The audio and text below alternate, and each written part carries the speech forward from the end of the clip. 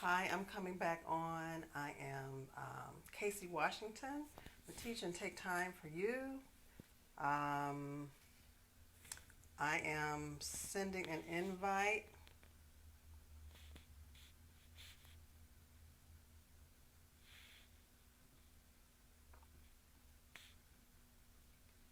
to my partner. Hopefully, he gets it. Oh, there he is. Okay. All right. I'm adding Michael. Hi, Chef Wallace. How are you? All Okay. in. Okay, there he is. There he is. There's my partner. So welcome. Hopefully you can hear me. Hopefully Yep. there's no feedback today. Nope. You sound good. Good, good. Over one hurdle anyway. Right. I was just talking a little bit about. Well, let me reintroduce. This is Vent with a Veteran. I'm Casey Washington, and Michael Preston is here joining me. And we're here to talk about a couple of subjects today.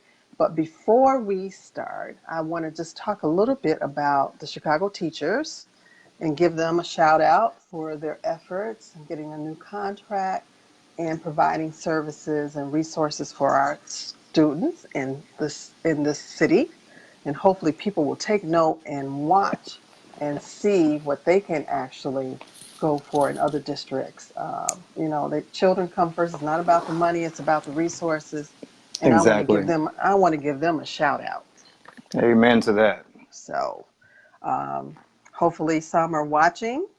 And I see a couple of people. I see Kevin Burnett, one of our dolphin buddies. And hey, Kevin, how's it What's up, going? Bird? What's up, Burnett? Big Bird. What's up, Bernie? So we have a couple of subjects that we want to talk about today.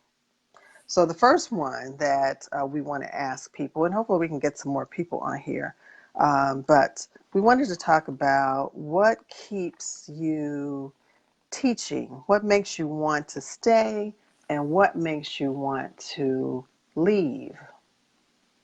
Those are some important questions. What makes you want to stay, and what makes you want to leave? That's Any, that's that's a good one. That's a real good one. yeah. What are some thoughts on that? Um, I know what makes me want to stay. Mm-hmm. Okay, I'm hearing feedback. I'm hearing your voice Oh, now. yeah, that's okay. No, I accidentally touched Okay. my phone. I'm on the Okay. iPad though. What makes me want to stay is the simple fact that, first of all, I love what I do. I just absolutely love what I do. There's no other job on the planet where you get to impart your wisdom to the next generation. And there's no job that's more rewarding when you see that light bulb moment come on and they go, "Oh, Mr. Preston, I could do geometry now. Oh my God, I got it." And you only took 10 minutes, and I had a class the whole last year and I couldn't understand it. And you taught me this in 15 minutes.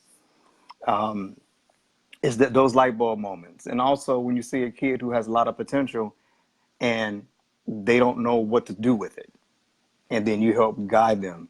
That's what does it for me.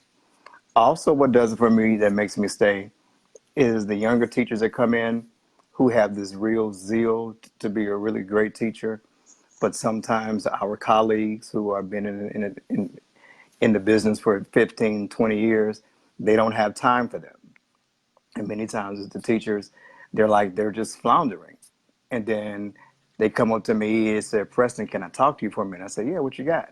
And then they're telling me, their challenges, and some of them, they're crying because they love what they do, but they don't know what to do because the schools are churning out teachers with the pedagogy. They know all the pedagogy, they know all of that, but they don't really teach them how to deal with kids who are dealing with trauma. They don't teach them how to deal with kids who are in poverty, Right. and that and a lot of times that's where a lot of the contention comes in. So those are some of the things that makes me want to stay. And Mm-hmm. also, uh, even though I don't like this part of it, the most challenging kid that gets on your nerves. You know, you want to kick them out every day. Then at the end of the year, he or she is giving you the biggest hug, and now you can't get rid of them. You know, Right, I right. I think many of us have experienced that one. Oh, definitely, definitely. But then, you've developed a relationship with that child and it's Right. positive, so they're loving you. Um, And when you tell them, and when I even had some come back and ask me, well, Mr. Preston, why didn't you give up on me? Everyone else did. mm, I said, if there's a diamond buried 6 feet up under the ground and I'm 3 inches away from it, why would I abandon that? I said, yeah. you guys are diamonds. Hmm. You have to Now, give what makes them me want to give them that go? encouragement. Right, right, Yeah. right. Now, you want me to answer the other part, or you want to take that one? I wanted no, I want to say a couple of things. Yeah. I was at a conference last week. It's called a Teacher Self Care Conference. I actually spoke at that conference. Okay. And one of the questions I did ask was exactly what we're talking about now. And there were a couple of people say it's interesting as they wrote down their reasons to stay and their reasons to go. Some wrote some said the same reasons I want to stay are the reasons I want to go. Hmm. And they talked about how much they love working with the kids, but some of the trauma and that the kids are bringing to the classroom and they can't handle it. They weren't trained for that. Is Right. making them want to actually leave. Not to mention the mandates, the directives, Hmm. 35 kids in the classroom, and Right. the general respect that teachers get or don't get. So those were some things. Now the things, of course, the paperwork load can make you want to Yeah. throw up your hands. Grading papers, well, we have to do lesson plans, but Right. again, finding that balance. But what weighing what's so heavy that would make me go, and how can I fix it where maybe I can stay? That that's a question. Maybe I Uh, can't fix it. what did the people say at the conference? What were some things that they said? Well, a lot of teachers were saying that they don't feel like they necessarily get support from their administrators.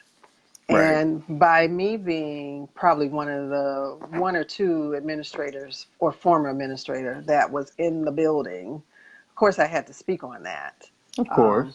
There's only so much support that we as an administrator can give because we're pulled in so many directions. Right. We're pulled from people, our bosses, we're pulled by the teachers, you're pulled by the children, the community, the parents. So at some point, you're worn thin. Yes, I can do the best for you that I can in the moment, Hmm. but understand where I'm being pulled, and I'm stressed too. Right. So some of your self care, and the district's not going to take care of your self care. We know this. At Yeah. the Of school course. level, we can only do so much to take care of you. So some of that responsibility of your self care is going to fall on you. You have Right. to find that balance yourself to figure out what I can take and what I can't take, and what's best for me. And sometimes that may mean what's best for me may mean that it's time to go. Right. Right. Not being That's true. harsh. It's not being harsh. Um, But if you're showing signs of I can't take this and you're having meltdowns in the classroom, then you really need to Hmm. think about either I need to take some time off or it's time to go. Well, let me. Do you mind if I speak to that for a quick second? Sure. Um, in my 24, 25-year career, Mm-hmm. I have worked at schools where teachers drop dead in the Mm. classroom Mm. in front of the students. Mm. And these teachers that died, um, they were of another race, Mm. and the children that they taught were of another race. Wow. Um, Not saying that had anything to do with it, but I will say that anytime that your health and your life is in jeopardy because you're in a stressful situation, because as we all know, teaching is one of the top three stressful jobs in America. Yes, sir. And the thing about it with us is that support, challenges from parents, challenges from the curriculum, the management, and the students themselves, because we have basically a fight or flight response in our bodies. Mm-hmm. Mm-hmm. Like, for example, um, if I was a young person and I was a sass my grandmother or grandfather, they handled their business, you know. But in the classroom, you can't do that. You know, the days of spanking from the 1970s with the paddle, um, Mr. Prince, shout out to you. Yeah. Uh, and your paddle Zeke, The official Board of the Education. official Board of Education, and also my fifth grade teacher, Ms. Johnson. Shout out to you with your paddle. Um, the rod of correction. The Those are rod gone now. correction. Those are gone now. And believe it or not, back then and there, you get paddled in the courtroom a couple of times, like, okay, I need to quit this because this Right. hurts. And it wasn't called assault, it was called discipline. Mm-hmm. Mm-hmm. But now you even look at a kid funny or touch him on the shoulder, it's assault. So the Right. teachers, we're handcuffed. But getting back to what I was saying is, um, I was in an accident recently, in a car accident, and my blood pressure was like 200 over 160 something. Mm. And I've been teaching for 25 years, 24, 25 years. And I have all this pressure built up inside over all these years. And so I was eating right, lost weight and everything. And the doctor said, "Why is your pressure so high?" He said, "What kind of job do you have?" Mm-hmm. And I told him, he said, "I've had people, Mr. Preston, who are 355 pounds, almost 400 pounds. Their blood pressure is much lower than yours." Mm. He said, "You're barely a buck 170 and your pressure's too high." He said, "You need to change your lifestyle." Yep.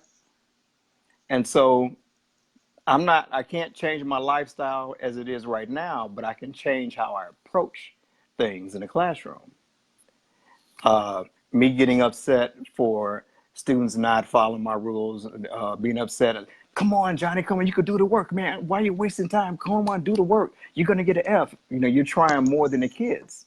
Mm-hmm. And that hospital stay just told me that basically I need to set what I have to do.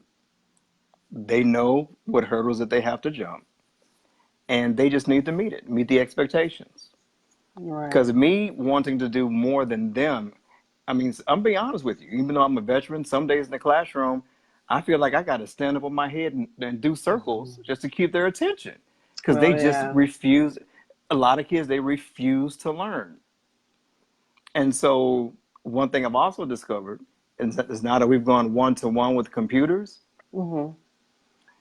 all we basically have done in some regard is given these kids carte blanche to carry their Fortnite play from being at home. Now they play it in school, in between classes. And then when you are giving assignments to like Newzella, which is a big computer-based assignment, you have to walk around the room and you find kids hiding their pages because they're on Fortnite, where they're trying to do a lesson. Mm. And so computers and one-to-one are great, but at the same time, they can be a pain. So, Yeah, they can be, but yeah, the newer generations are very visual, and yeah, so they have to be entertained. So if you're going to stay in this game, you have to adjust to that. And exactly. it's education is always changing. I always tell people, just because you have a degree in education, you're certified. you're always a continuous learner because Mm-hmm. the curriculum changes, the strategies change. Some things remain the same, and you have to do a balance of both. Uh, Right. but overall, you should be trying to accommodate the best way you can and still stay sane and still find the balance that you need to continue on if you want to pinch it or and there's nothing wrong with saying, I can't do this anymore and I need to find Right. something else to do. Educators have many skills that they can take and go elsewhere. And I think that was another thing that came up in the conference where one young lady said, I don't know what else to do with my education degree. Mm-hmm. That's what keeps me here. So on a sidebar after my presentation, I talked to her about some of the other things that she can do if she wants to get out of this profession. But my other thing was, if you're going to do that, you need to prepare first. You need to make Right. sure you're financially able to walk away Right. from from your gig where you're getting check, you're getting health care, you're getting some benefits and things like that. And we don't want to see these people walking out, but I understand. Right. Right. So, and the other question that comes about is when people say, "Oh, I don't get any support." What does support look like to you? What does that mean? That's different for every person. So, as a teacher in a classroom, what does support look like to you, Michael? Support looks like to me. I don't look to administration for too much support because my classroom game is on point. Mm-hmm. So I know how to handle my classroom. I know how to follow my curriculum guides to the letter. I know how to be creative as heck. When I see my class maybe getting a little bit mundane, I know how to spice it up. Mm-hmm. When it comes to evaluations, that's a whole nother animal. We'll talk about that at a different day. But uh, in my building, I could say we have a new principal now from my old principal last year, who I worked with for 5 years. The support is there, even with the new person. The support is definitely there. We have support from my colleagues. Um, you have to have a good team around you. Even if administrators are not the best, at least have a good working relationship with your team, with your colleagues. So for me, support looks like, we have CPD days that account for something and not just, rehashing old stuff. That's support. Um, Support from the tech department when our tech doesn't act right. That's support. Mm-hmm. Um, Support, I got to tell you what was a big one for me, support from parents. Parents are my biggest supporters in my classroom with my students. Because when we have our back to school night and I introduce myself to my parents, I said, "What do you want from me?" I said, I said, "Your child is important to you. It's important to me." I said, "What would you like to see me do?" And 9 times out of 10, they said, "Mr. Preston, just communicate with me. I know my child is not an angel, and then when you communicate to me, can you give me just maybe one or two positive things out of the 35 Right, negative right. things?" Start with the I said, positive. "Sure." But then they appreciate. I said, "Well, what is it? What is one or two things that your child likes that I could use in the classroom to possibly motivate him?" I said, "Does he like comic books or something like that?" I said, "Because I'm a Marvel Universe nut." I said, "I can converse on that level all day long." I said, "Do they like fishing? Do they like skating?" I said, "I've done all of those things." And one parent said, "Well, she does like drawing. She draws a lot in class. She gets in trouble. Is there any way you can give her maybe like a 5 minute or 2 minute drawing in class recess, something to help out?" I said, "You know what? Is her work good?" She said, "Yes." I tell you what, I will have her draw a classroom mural for the classroom, make a poster, and it'll be like our coat of arms, so to speak. I'll have your daughter do that. How about that? And she said, wow, that would be great. So you just got to find those little things that checks off the boxes for the parents and do it. Because Right. when you have the parents in your pocket, man, you could say something wrong to that child, and the parents say, "Well, what did you do to make Mr. Preston mad?" you Mm. know. Hmm. So that's my biggest support area. Yeah, and another thing that came up in the conference where, we were saying with your team, like you said, if you have a good team, your colleagues, find a safe space maybe once a week or once every other week where you all can maybe do some, we do peace circles with kids. Why not do it with your team? And you can get some things out. And if you need to vent, of course, then you do it. But the key thing that I said, if you're going to do that with your colleagues, Mm. then you make sure it's a safe space. Explain to people who might be watching what a peace circle is. Well, a peace circle we do it with students, but generally a peace Right. circle or a talking circle where you get your Mm. kids or a group where you'll get in a circle. You have a talking piece. It could be any little thing that you can hand from person to person, because then once that person grabs it, it's their time to talk. So you might throw Right. out a certain theme or a certain question about how people are feeling. For example, you might start out with uh, describe your feelings in a weather term and why. Okay. So you might say, well, I'm cloudy today because my day started out where, I got some bad news and, Mm-hmm. I didn't have time to process it, and then they talk about Right. it. And then you go to the next person and everybody talks about how they're feeling. And then you present some other questions and people talk things out. And sometimes they get I've seen it done with adults, and adults get very emotional. Really. Very, yes, the emotions start to come out. And What are uh, some things that they say? well, it depends on the topic, but sometimes when you talk about, for one example, when I was at my school, we had a training on it, and the trainer asked a question about something about one of the the saddest things that may have happened to you or a student as a teacher. Uh-huh. And some of the emotions that came out about, or some of the descriptions of things that happened, it's an urban area, so kids may have gotten hurt, a parent may Mm-hmm. have gotten killed, or you've experienced where a child was terminally ill, and they talk about it, and the stuff, tears started flowing from people. Right. So that's an opportunity just to get some things off your chest in a safe space among your peers. It doesn't have to be every week, but it could be once a week, Right. once a month. Other Right. activities you can do. You can start a little walking group in your school, and as you're walking, you're talking, getting it off your chest. Mm-hmm. So if there are no, I mean, there are things you can do for free. Right. People say we don't have any money. Well, guess what? Nobody has any money. Right. No schools, unless they're in a wealthy suburb or somewhere. City schools generally don't have any money. Right.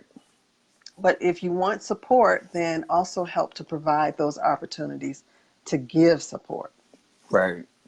And it's Right. nothing like talking to another educator who can understand where you're coming from, because the general population generally doesn't understand exactly That's true. what you do all day and what you're going through. They don't generally understand that. Many times they say, you guys got 3 months off in the summer. What are you all complaining about? Right.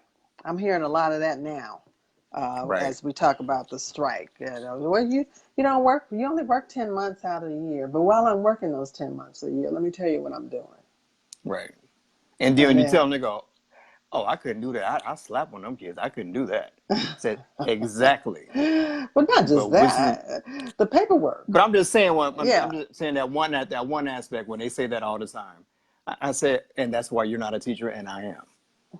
right. Or the fact, Because you'd be in jail right now. or if you're an elementary teacher and you're not departmentalized and you're sitting in front of those 35 all day, and Mm-hmm. you have to go to the bathroom and you can't because there's no one to watch Woo! your kids. Woo! Woo! Let's talk. Oh, And you doing major right. bladder infections. You doing the pee pee dance, like, and ringing that office bell, like, get somebody up in here. I need to go. Ooh, I need to Lord have go. mercy. And there's only three bathrooms in the Right. school, and everybody's using them at the same time. Same time, and not, and they're not close to your room, right? No. Now the kindergarten teacher might have one in her room, but Right. everybody Usually she else, does. everybody else is Ooh, like, oh, I got to go, I got to go. Or I, you sit down to eat your lunch, your 15 minutes for lunch, oh, that's and gracious. right, and people are, can I talk to you for a minute?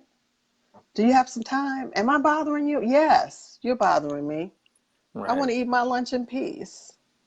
Or on your For prep real. time, you're trying to get some paperwork and stuff done, and you get a buzz. And Miss Jones had put down there and no prep time. So yes, yes, Jones, no prep time. Exactly. No Yes. prep time. When you can't get your prep time and you have some stuff planned, or on your prep time you have to meet a parent, Right. or you have a meeting with the counselor because they're getting ready to do an IEP on a kid and they need information Mm-hmm. from you. So all those little things where, I mean, I worked corporate before, so I know you can get a lunch. I've been in a Yeah. situation where you can get a lunch and you can go outside and go walking to a restaurant or whatever, where we can't really leave the campus. When you, I want to just interject on something that you said. One of the in your peace circle, one of the teachers they cried or they were like showing a lot of emotion. Uh, One thing that was so crushing to me was when I was an elementary teacher, and I had this girl. She was a fourth grader. She had the writing skills of a high school senior. She was a very, very gifted poet.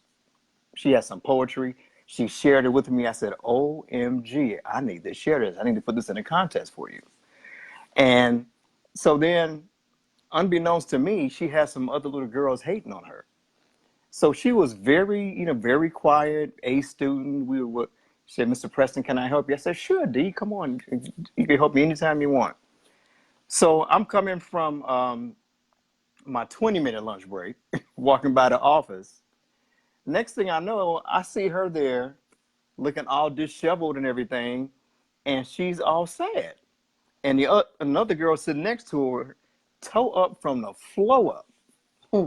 And I went to the office. I said, what happened? They said, well, Miss So-and-so, Miss Sanchez, just beat the snot out of this other little girl. And I said, Miss Sanchez? I said, my Miss Sanchez, my student? They said, yes. So I went and sat down and talked to her because we had a really great relationship. I said, Miss Sanchez, why are you here? Why are you at the principal's office? Because I'm tired of being a goody girl. I said, Mm-hmm. what do you mean a goody girl? I said, what is that? She said, all the kids kept picking on me, kept telling me I'm a goody girl and that I'm the teacher's pet.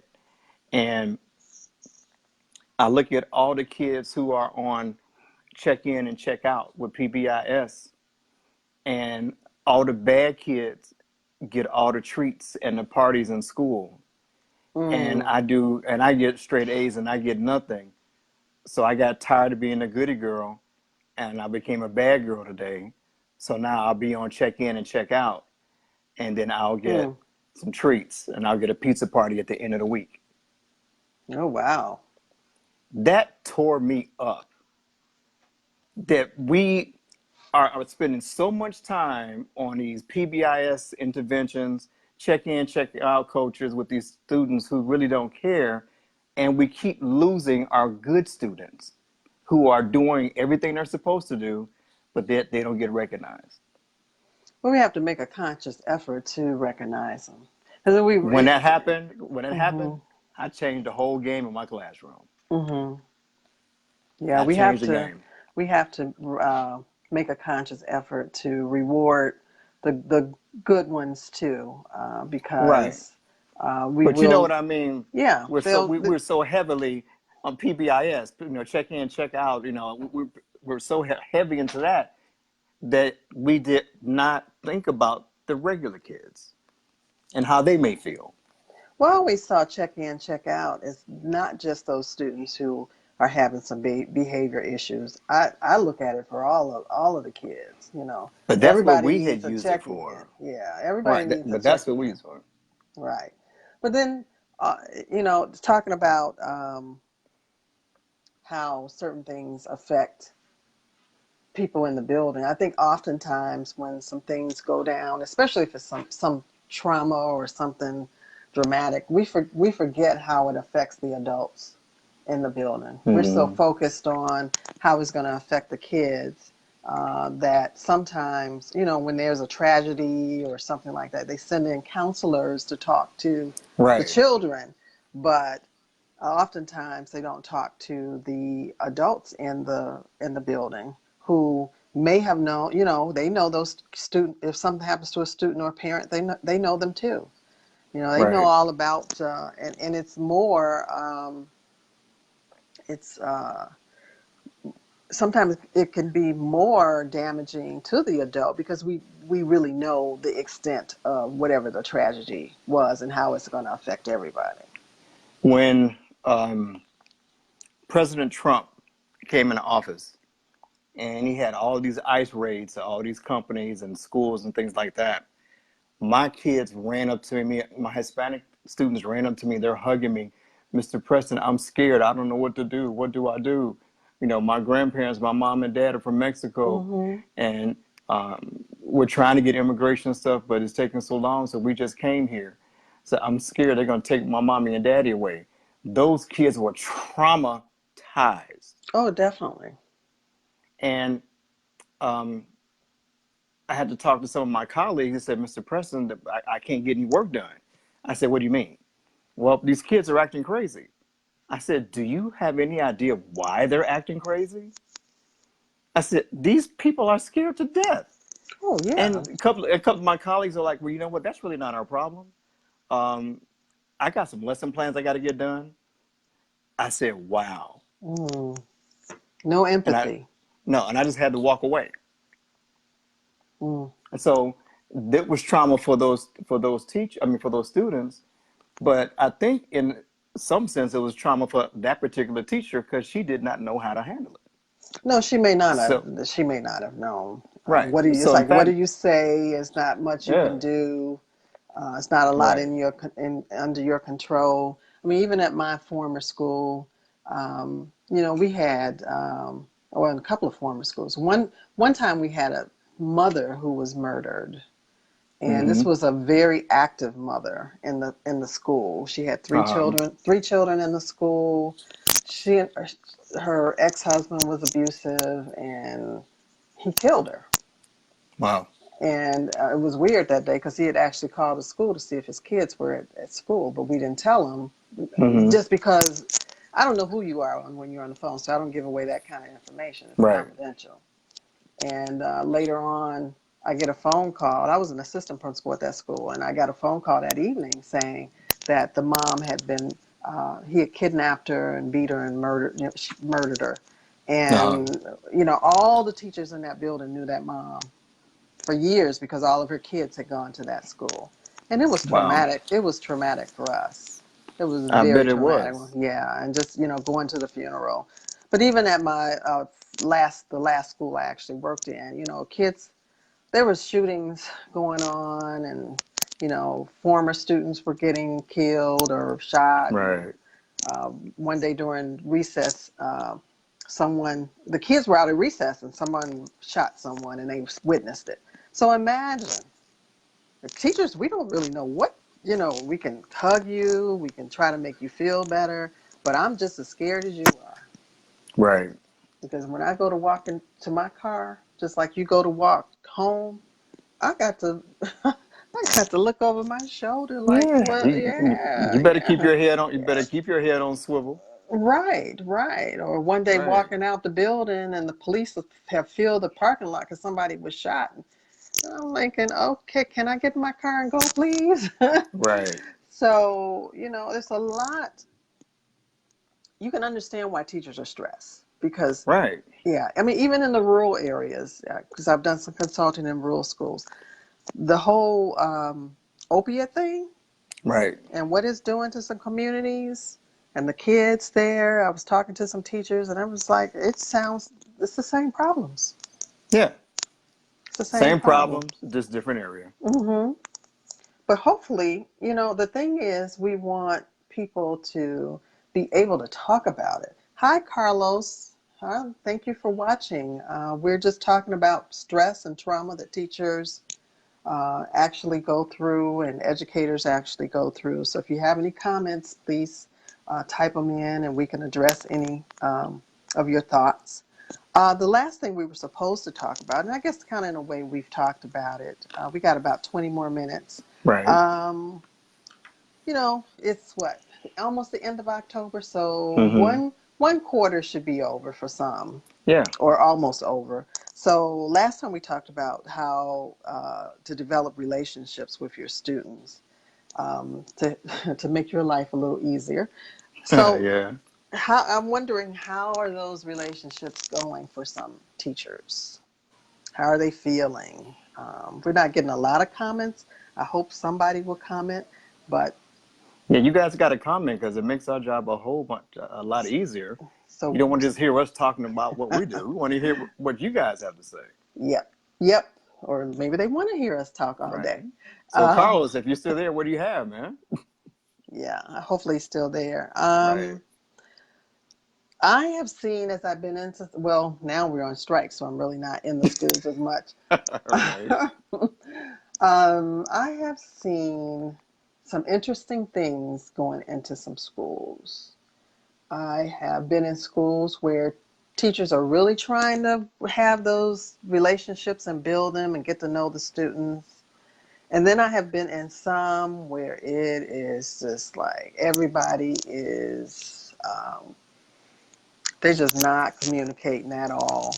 And it's Mm-hmm. making for some difficult situations in some classrooms. Wow. So at this point in time, I mean, it's not too late, No. but what kind of advice would you give to a teacher who's struggling still to build those relationships? I've seen on a couple of teachers' Facebook pages where teachers are frustrated and they're sending out messages. Um, I'm in my third week, fourth week of school. I've been to their games. I've been to their house. I bought them cookies. I bought them donuts. And these kids are still giving me hell. Um, I'm here to tell you, being in this game for a long time, don't expect any magical results at least after the first quarter, until after the first quarter. Um, we started school, August 12th, Hmm. September, October. So that's 2 months already. In So, Chicago in September after Labor Day. right. Hmm.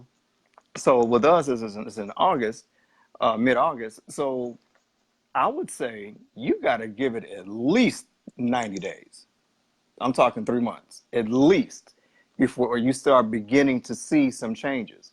Because again, you have to develop a relationship with these young people. And many of these young people, they are hungry for relationships. That's true. Because many times at home, if mom is a stay-at-home mom, um, or mom's working two jobs, or maybe dad's incarcerated or something like that, they're looking for someone to latch on to. And if you show any kind of interest in them, and make sure the interest is genuine, because they will smell it a mile away when you're disingenuous. Trust me, they will Oh smell it. yeah. Oh yeah. They will know when you are faking, Yes, they will call you fake and too. they You will call fake. you out on it. You don't want that feeling from a 12-year-old calling you out. You don't want that. But you just have to be genuine, and when you are showing that, they will give you so much love. For example, I'm out right now because of an injury in a car accident. And since we're one-to-one on our computers, my students are saying, Mr. Preston, when are you coming back? Oh my God, we miss you. These subs, we can't take another sub. Please hurry up and get well. We love Hmm. you. We miss you. That's what I'm getting now. And I was hard on them at the beginning, and they're like, "Oh my God, Mr. Preston, all this work." I said, "I'm doing this to you guys because I care and I love you." And I actually tell them this on a weekly basis. I tell them that I love them and there's nothing they can do about it. Mm-hmm. And you keep programming someone's mind like that, they're going to eventually start believing it. So now that I'm out for injury, my kids, they can't wait for me to come back. Yeah. Yeah. So you have to develop that. And it's really not that hard. You just have to just be yourself, be real. Mm-hmm. Yeah, Don't you be do have to be contentious. real. You do. You do. Ms. Jones said attending the student sports game and other after school activities help build relationships. And then Carlos says, I use Class Dojo, small group sessions, and things are starting to improve. I allow students to create the kinds of incentives they would like to earn. And he said he's in the inner city in Atlanta. Okay. All right. So, all right, Carlos, those are some good suggestions. A lot of people are using Class Dojo now. Carlos, that's some good stuff, man. Keep it up. Keep it Mm-hmm. up. It's going to Mm-hmm. pay huge dividends at the end of the year. And trust me, Christmas time, you're going to get a whole bunch of gift cards. Use those gift cards. Oh, yeah, don't forget you need some incentives too. But yeah, Yes, those are some sir. good things. Your small group sessions. I would like to hear more about what you're doing with your small group sessions. Are you talking with them or having using some type of SEL program? So it's good to know that things are starting to improve. And also, while we're talking about building relationships, don't forget about building relationships with your colleagues. Yes, that's huge. Yeah, That's huge. they could be a very good resource when you need them, especially experienced teachers who's been around a while and they know those families and they know mother, they know grandmother, auntie, Right. and I knew your brother, and so those kind of relationships are key, and sometimes people forget Yeah. about those. And as I'm seeing newer teachers, I consult in one school, and I'm not giving any names though, but like 75% of the teachers have only been teaching for about 2 or 3 years. Maybe, and some about, Wow. yeah, maybe 40% are first year teachers. Oh, Carlos said that That's he's doing SEL. Okay. Hi, good. Good. Principal Maslaka. Hi. Um, it's another principal at Chicago Public Schools. She's at a great high school, North Grand High School. But yeah, Shout out to you. those great relationships with your colleagues are worth their weight in gold. Yeah. Yeah. When they say ask three before me, well, when the principal says ask three before me, that's giving you a sign that you need to talk to your colleagues about. Maybe can you give me some suggestions on how to handle a situation, Hmm. how I can teach this lesson a little better, how can I grab and engage my students? Don't be afraid, as we keep saying every week, don't be afraid to ask for support. That's why we are here. Don't That is be why we are here. afraid. Carlos, if you're still there, um, in the class dojo, how did the kids react to it when you first introduced it? Did they kind of warm up to it at first? Were they resistant? Because I'm hearing a lot of good things about the class dojo. Well, also, and I would like to ask too, with the principal, Maslanka, she's in high school. What type of things are they using to build relationships with the students? Because North Grand High School has a very good reputation. They're like a level 1+ school, and Hmm. they're very culturally diverse. A lot of good things going on. So it'd be interesting to know what they're doing too, and Right. how does she support her teachers? Because again, going back to the principal, um, I look at it like this: a principal is like a general in the army, and the teachers are your infantry, your foot soldiers. Mm-hmm. You will have foot soldiers who will step on landmines for you if you're a great administrator. Because I told my administrator, I said, in the classroom, I said, I am your go to guy. I said, you need me for anything, I'm there for you. Um, and she said, Mike, I appreciate that a whole lot. I really appreciate that. Because when you have a good leader, that it just falls downhill. You have a good leader, 9 times out of 10, you're going to have good people up under you Oh because yeah. you're setting the example, and you are building relationships with those teachers as well. And a building that has a good principal teacher relationship, that is freaking golden. Oh yes. That Yes. is golden. And usually places like that, you find teachers who've been there 15, 16, 17 years because they have a good relationship. Yeah, and also, with a good leader is going to share that leadership with her staff, Yeah. because you as a principal, you cannot create that top level school without the backup and buy-in of your staff. What It did just won't Carlos say? Because happen. it just came up for a second on mine Oh, and it went away. they actually were excited about Dojo. That's what he's talking about, because I allowed them to help build the program. I wanted their buy-in. Yes, that's boy, that's it. That's it. Yeah. Carlos, you must have been teaching for 30 years, man. You gotta be a vet. Well, he knows that if there's no buy-in with the kids, then it's not going to happen. So, Right. giving them that option to be participants in deciding their fate, so to speak. And for another example too, what I do, um, we have like a talk it out Thursdays. I would end my class maybe 10 minutes early, and we just have go around the room. I say, guys, what do you guys want to talk about? What is on your mind today? And that, oh my goodness, that has paid off huge, huge dividends. And they said, Mr. Preston, can we do this every week? I say, yeah, just bring some topics that we can talk about that's affecting everybody, not just you, but something that affects everybody so we all Mhm. can learn from it. And that's been a big help. Oh yeah, because then it's like, oh well, Mr. Preston, he wants to hear about what we're interested in. And Right, instead of, the teacher just standing there and telling, lecturing, or just telling them what they're going to learn that day, they right. kids have some really interesting things to say sometimes. They can Yeah. come up with some really thoughtful stuff. And a lot of times they come up with things like, oh, that's above your pay grade. Where'd that come from?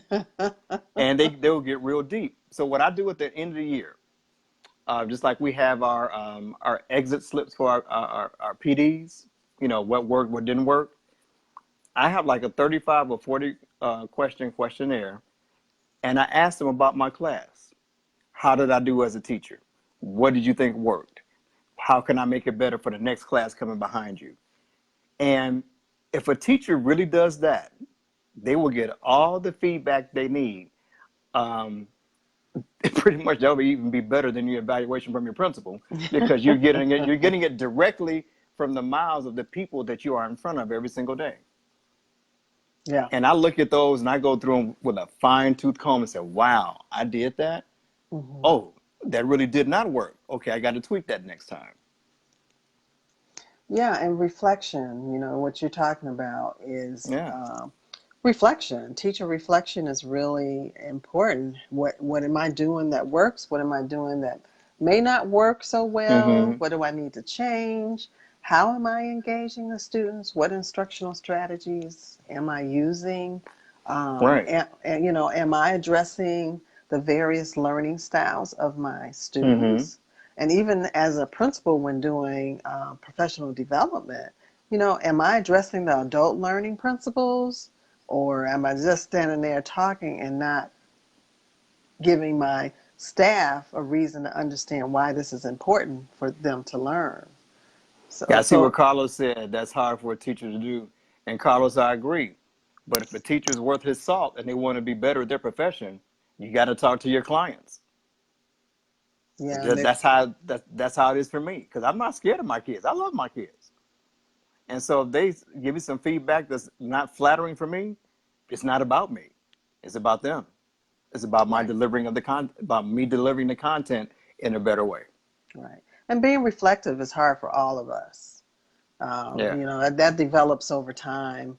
This is hard, even Yeah, it for is. people who've been teaching for 30 years. Because I'll tell you, when they get to that point, or 20 years or so, it's like, oh, I've been doing this. What do they say? This too shall pass. Whatever the new, Mm-hmm. the new directive or the new Right. curriculum, this too Right. shall pass. So, um, change is hard, and sometimes it's hard to hear. Not criticism, but Mm-hmm. um, that feedback that we don't necessarily want to hear. Everybody Right. wants to be rated distinguished, but they don't Right. realize how hard it is to be distinguished. Yeah. But so let me see, what's the time here? We're at 7:54. We got 6 minutes. We got 6 minutes. One maybe next time we can talk more about being reflective and how Mm-hmm. you can go about being a reflective teacher. I'm actually going to write something in my blog about that. And what's another topic that Carlos, since you're still there, and Ms. Yeah. Jones, if you're still there, what's some other topics that you would like to hear? Now, Ms. Jones said their feedback should be beneficial for the next class and helps us to improve. Now, that's very true. Yes. Yes. Yes, Exactly. yes. And this Ms. Jones is one of my former colleagues. She's a very good teacher. She's retired now, but she could teach some youngins some things about being a good teacher. I think even though we do have teacher mentor programs that are like really formalized, I think there should be also a local version of not vent with a vet, but have teachers who are new maybe go have coffee or something after work and just like you said earlier, just talk about some things. Say, you know Mm-hmm. what, I'm feeling overwhelmed. I Mm-hmm. know I love my job, but what should I do? And then have those veteran teachers talk to them. That'd be a great idea. Maybe there could be some meetups in different parts, Yeah, because we're getting people from different parts of the country. So, maybe they could develop some teacher timeout space and meetups. my former principal, Dot McKeever, just checked in. Hey, Dot, love Oh, I working don't. with you. It just showed that she was watching. Dot was my Oh. former principal on the South Side. Mm-hmm. Excellent, excellent, excellent educator, excellent administrator. Um, I am who I am because she helped shape me in some way, form, or fashion. So thank you, Dot, for showing up. Thank you. Thank you for supporting us. Ms. Jones said our next topic, perhaps classroom management. Well, that's always a good one. Always, That's always. always a good. I'm seeing some stuff, and as my role as a consultant, I'm not really supposed to say stuff, Right. but sometimes I'm Sometimes it's like, hard not to. I I'm like, know. okay, I go into principal mode of should I say something or should I just let this keep going? Right. And sometimes I do say something, I'll whisper to the kid, okay, let's get it together now. And I don't know if it's the gray hair or something, but they stop. I don't know, That's because because you got that mama church voice. Look, I'm gonna tell you one time and one time only. We going in the store. Don't touch nothing. Don't buy nothing. Don't break nothing. Don't look at nothing. You you got that all on you. Come on. oh, here's a good question. Carlos said, how do you encourage that male teacher who feels he's hired to be the disciplinarian on the team? OMG, man! I was thinking about that the other day. It They, they, happens a they, lot too. they use your blackness to diffuse a whole lot of situations that they cannot diffuse or they True, won't. true. Yeah, they use me like that in one of the schools I was teaching in, but just so happened that I loved that role because all the kids came to me They couldn't function in any other classroom. But as soon as I showed my face, they kind of calmed it down. So what I did was I got them all together in a gym room, and we just had a come to Jesus moment, and we talked real talk. And Hmm. after that, all the kids, all the African American kids, male and female, they kind of toned it down. But I also told my colleagues, you get paid like I get paid. I don't get any extra pay for handling your business, handling your position. I said, you need to find a way, just like I found a way to handle those kids. And I said, it is not just a black thing, because at the high school that you and I went to, Casey, there was a certain track coach that got in my face because I was like just clowning around, and he him me put his elbow in my throat and Yeah, said, well, "I'm we gonna can't take." do that anymore. Well, but I'm just saying. But Yeah. the thing about it though, I was never going to report him because I respected him. But he jammed me up and he checked me. He had every right to check me, and he said, "You know, you could be a really good student, but you're acting like a jackass. I need you to stop it." And Well, he was one, right. right. And another thing Carlos was saying, I'm seeing my brothers deciding to call it quits for this reason. I would Right. say, I don't know who's sending the kids to you, if it's the other teachers on the team, or is the administrator saying go talk to, but I would definitely have that conversation with whomever it is that, Right. again, we're both teachers, so if you can't get so and Exactly. so together, then maybe you have some issues with your classroom management that you need some help Exactly. with, because that's not fair to the brothers. It's just not. And it I happens would to the say, yeah, but it happens to the African American female teachers, or the Latino teachers, right. those teachers of color. Oh, go talk to so and so. And I was even reading about college professors where that happens, where they're the only person of color on campus or something, and then all of those kids come to. It's the familiarity to those kids want to come to you, but you Right. don't deserve that pressure. Exactly. Now, if they So want for Carlos, if they want to do it, that's fine. But if it's being thrust upon them, that's an issue. That's a classroom management issue, like Casey said, that needs to be addressed. Now, if they're going to pay you extra for that, you know, maybe that's something you might want to reconsider. But if it's just regular pay, no. I no, have it's a just 6 hour. I got a 5 6 hour workday just like you do. exactly, exactly. So we have come to our 8 o'clock. It's 8 already. Oh my Yes, goodness. sir. It's already 8 o'clock. And our next session is the first Wednesday of the month, which is in November. So in a couple of weeks, we will be back, and we will take Miss Jones' suggestion, and Yes, we will. we're going to talk about classroom management. I'm going to write that down so I won't forget, and I'm And sure you'll look at what Carlos wrote. Let's just look at some of those things too that he said. And right. Carlos, get some of your colleagues to watch this thing here, man. Let's have this educational roundup, and let's get this thing popping. Yes, yes, we need more viewers, and also you can share it. You can share it after Yes, we're you can. done, so we can get because we just here to help teachers and help give them a little support and some words of wisdom. And I'm glad that we got Miss Jones in here and Carlos, because here again some more seasoned, experienced people who can spread the knowledge and the wisdom for our younger generation. And then some of the things that we're talking about how it was over a 25-year period, and then also tapping into how it was when we were younger. So it's covering a whole lot when we were kids, when we were students, and now that we're educators.